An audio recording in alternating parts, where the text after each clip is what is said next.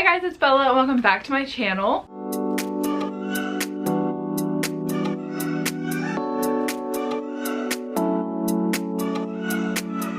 Today we are going to be doing our February monthly wrap-up. I had probably the worst reading month I've ever had during February. It honestly started off really strong. I was cranking them out and then I hit a huge reading slump. It was the first reading slump I've ever had since starting reading, and it basically consumed my entire month of February. So this is the least amount of books I've ever read in a month. When I look back to February of last year, I read like 21 books, which is so crazy. And this month, I think I read 7. So not a good month for me. Subscribe to my channel if you guys like book videos and give this video a thumbs up if you like these monthly wrap-ups. And let's just get right into the 7 books that I read in the month of February. Starting off, we have a Kindle book. We have The Crash by Freida McFadden. This was a new release. Freida McFadden is really a hit or miss for me, but I typically do enjoy the reading process while I'm going through her books. Even if the books aren't super amazing, I still have a good time.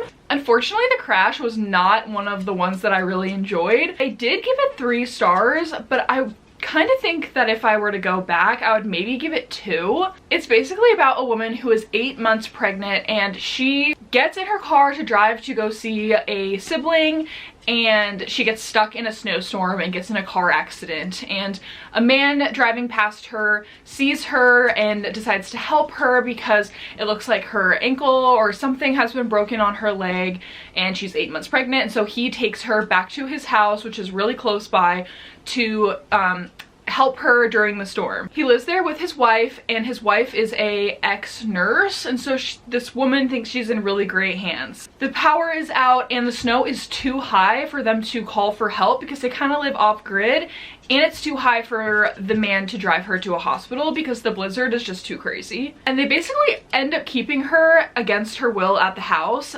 But one word to describe this book is miscommunication, because everyone kind of has a different idea of what's going on. Like, the girl thinks that, you know, one person in particular is keeping her stuck there, and in reality it's not what she thinks. And then the husband and wife think things about her and each other that are all just completely wrong. And so as the reader, you're like kind of in this constant like, oh my god, like if they were to just openly communicate, everything would be okay. But it was really just like intense miscommunication. It was good and it did keep me engaged the whole time. I mean, it's just like such a scary situation, so you are like engaged with it. But in the end, it was really kind of anticlimactic and there wasn't any crazy reveals that you would have expected. And so I kind of finished the book disappointed because I was like, oh, that's it? Okay. But you know, Freida McFadden is a great author when you need just like a quick thriller to like get you through a slump or in between big fantasy books or, you know, whatever it may be. And so I did have a good time. Okay, I moved you guys a little closer. I'm worried that it's not focused on me, it's focused on the background, so I moved closer. Okay. And then the second book that I read in February was The One by John Mars. And this was actually a book that has been on my TBR for so long, and I just like randomly decided to pick it up. Like, that's one good thing about mood reading. You just like randomly get in these moods and you're like, oh, suddenly I want to read it and I need to read it right now or I'll never pick it up. So I did pick this up. I actually gave this book 4.5 stars. It follows 5 different people's perspective, and they have all signed up for this matchmaking DNA website where basically they collect your DNA and they match you with your perfect soulmate. And you know, like you're biologically meant for each other. Basically, there are so many twists and turns in this book. Like, no one's story goes the way that it should, and there's constant reveals and just crazy things that you wouldn't expect. I think there was a crazy plot twist for literally every single person in the end. It was really fun, and the chapters are really short. Like, in total, the book has 103 chapters. So you know, these chapters were like 1 or 2 pages, which was so good. But I do really recommend this. I thought it was really good. And I know that it was made into, oh yeah, a TV show on Netflix, I think. But when I looked at the trailer, it didn't really seem like it was super accurate to the book. I think that they may have just taken the idea from the book and wrote their own story rather than following the characters that we see in this, which kind of sucks because I did really enjoy these characters and their crazy freaking stories. I really enjoyed this. It was really fun. We have Holly Madison's memoir, which is the third book that I read in February. It's called Down the Rabbit Hole. And if you don't know, Holly Madison was a Playboy playmate bunny. She was one of Hugh Hefner's like main girlfriends, and she was on the reality show. Literally don't even remember what it was called, but she was one of like the girls for Playboy, and it just follows her story. Sometimes memoirs will do a lot about their childhood and their upbringing, and then, you know, some of the stuff during their career, and then a lot after, but this like really just jumped into it. There was like a few chapters on her childhood and kind of what got her to Playboy, but it was really Playboy focused, and she spilled a lot of secrets, a lot of tea, and I had a really good time reading this. And about half of it I did on audio because she does narrate, so that's really fun. And yeah, I just love that she didn't really hold back, and she kind of just told her truth and exposed a lot of people, and that's really what I look for in a memoir. So I did give this 5 stars. I feel like I always give memoirs 5 stars because it's someone's story, so I had a good time with that. I'm trying to read one memoir every single month. Okay, guys. Deep End by Ali Hazelwood came out, and this is the culprit.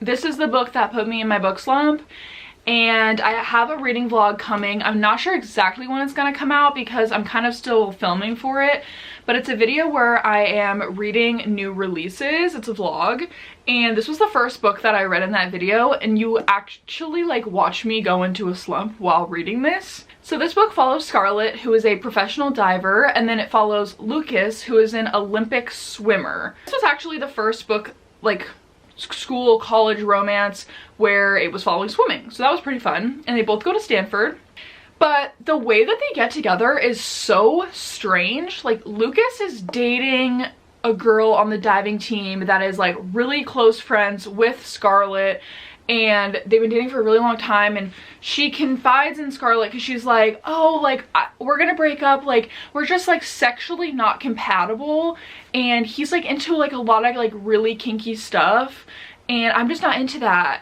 And then she's like, oh my god, wait, Scarlett, you're into really kinky stuff, like you and Lucas should sleep together. And I'm like, what? Like, that is the strangest introduction to like the two people meeting ever. Like, it's so strange. I'm gonna be so for real. I think I liked the idea of this book like way better than the actual book. This is my real big gripe with this book, because it's promoted as like a super kinky, sexual, like exploring different, you know, desires type of book. And at the beginning they even go through like it's kind of like 50 Shades, where they kind of go through like a list of like all the things that they'd be interested in trying, and they check it all off, and we don't even get a description of like anything that they check off or don't check, which was dumb. And then the whole book, it's just like normal sexual encounters. Like, nothing was out of the ordinary, nothing was remotely over the top, and like, I thought this was gonna be like a super like sexy, like incredibly like ooh book. No, this was a very normal ass book. Like, I'm being so for real. There was nothing overly done at all, and I feel like it was just like really misleading. Like, I feel like it was just like a normal smut book. So really let me down for that, because I feel like it, like I said, I feel like it was promoted in a different way. So I don't know. I wrote down 3 stars for this book, but I think it's another one where I think I would go back and give it 2 stars. So take that how you will. Let me know if you read this and what your thoughts on it were. And then about 2 weeks went by, and if you guys saw my trying to get out of a book slump reading vlog, I then picked up Heartless Hunter, which I absolutely loved. I gave it 4 stars. Our main character is a witch, and witches are kind of like outcast, they're forbidden, like it's illegal to be a witch, you know, they kill the witches. And then our male main character is a witch hunter. It's basically a total cat and mouse game between the two of them, because they both think that they can get information from the other, and so they're constantly like playing and toying with each other, and it was really fun. It's really fast paced. The chapters are like pretty short, and it is like a pretty predictable, and I do feel like it was a really predictable fantasy, but it was still really fun. There was a really big twist at the end, which I did guess was coming, but it was still fun to like see how it was all revealed. And I did in fact cry at the end of this book. It was really emotional, and I literally can't wait to read the next one. I ordered it from Barnes & Noble, and for some reason they take like a month to ship to me. So I'm just waiting for that. And then this book had a miscommunication trope in the end. And I've like, I don't know, have you ever read a fantasy with a miscommunication trope? Because I don't think I ever have, and that was really jarring. And that's one of the reasons why it didn't get 5 stars. After that, I was like, oh my god, I'm out of my book slump. And I got this book in the mail from Fairy Loot. It's Cruel is the Light by Sophie Clark. And it actually doesn't come out till May, I believe. But I was like, oh, sure, let's just read this. Sure. This ended up being a DNF for me. Maybe a soft DNF, like, I don't know. But once I talk about it in a, in a wrap up and then put it on my shelf, I'll probably never touch it again. I just couldn't do it, okay? So she's a demon hunter. They're called exorcists, and she lives in the Vatican City, and it's dual POV, and the other POV is this guy who's a soldier and he leaves his post, and they meet each other and they kind of need each other. Basically the villain of this story is these demons. It's told in third person and dual POV, but a lot of the times it's not clear who is talking. Like, it'll be in the middle of the chapter and the point of view will literally change from him to her without clear distinction, and you're like, what? I'm so confused. So that was hard to follow. It's also marketed kind of as enemies to lovers, and I do not get that vibe at all. I really, really don't. I mean, they meet each other and there's no enemies part at all. It's really just like, oh, who are you? Like, okay, I'm gonna need your help with something. And the lovers part hasn't really happened to where I'm at. I got 60% through this book, by the way. I haven't gotten like any inclination that they even remotely have attraction to each other, and I was like, okay, this is not turning out how I thought it was going to. And I also feel like I never fully understood like the world. Like, I feel like it wasn't explained that much, so I never like felt like attached to it. And I would read like 50 chapters a day, and then the next day would come and I'd be like, I don't want to read today. Like, I don't want to read even 50 chapters. Like, I literally can't. So I am DNFing this for now. Who knows, maybe I'll pick it back up in a few months. We'll see. Last but not least, if you watched my blindly picking my March TBR video, I actually picked this book for March. And if you saw me in that video, you would have seen that I was very, very excited to pick this. It's Nocticadia by Carrie Lake. And I literally had to read it like right then and there. I read it over the last, oh my gosh. I read it over the last 3 days and had the best time reading it. I gave it 4.5 stars. So our main character is Lilia, and her mother dies from a strange disease 4 years ago. And since then, Lilia has basically been trying to discover and uncover what killed her mom. She's invited to attend like a prestigious college, and this book has very dark academia vibes. And at this college, they're really familiar with the disease that killed the mom, because what this bacteria was like is inhabited on this island where this school is. It's on this remote island like off of Maine. You end up meeting this professor who studies the disease that killed her mom, and he's nicknamed as Dr. Death. It is like an incredible slow burn between Lilia and Dr. Death.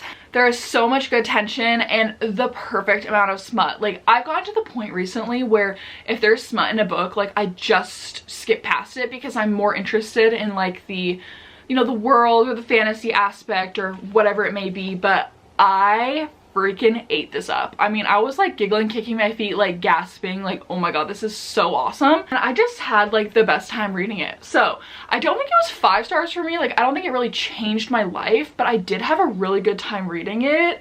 And I love a good standalone like this. Like, oh, it just made me so happy. So 4.5 stars. This really pulled me out of my slump. So I love you. That was the 7 books plus the crash on my Kindle that I read in the month of February. The reading slump, which was just terrible, but I do feel like I read a good amount of genres and books that were knocked off of my TBR. Love that. It is funny though, because I didn't end up reading a single book that I pulled for my February TBR. If you watched that video, I pulled 10 romances that I wanted to read in February. Literally didn't read a single one, but that's okay. Stay tuned for my reading new releases video that will be coming soon, and stay tuned for my March wrap up, because you know, hopefully it's better than this one. That is it for today's video. I hope you guys did enjoy this. I love making wrap-ups and TBR videos. It just makes me so happy. They're my favorite videos to watch on YouTube. So give this video a thumbs up if you agree and you like these types of videos, and I will see you guys next time when I post my next video. Bye guys!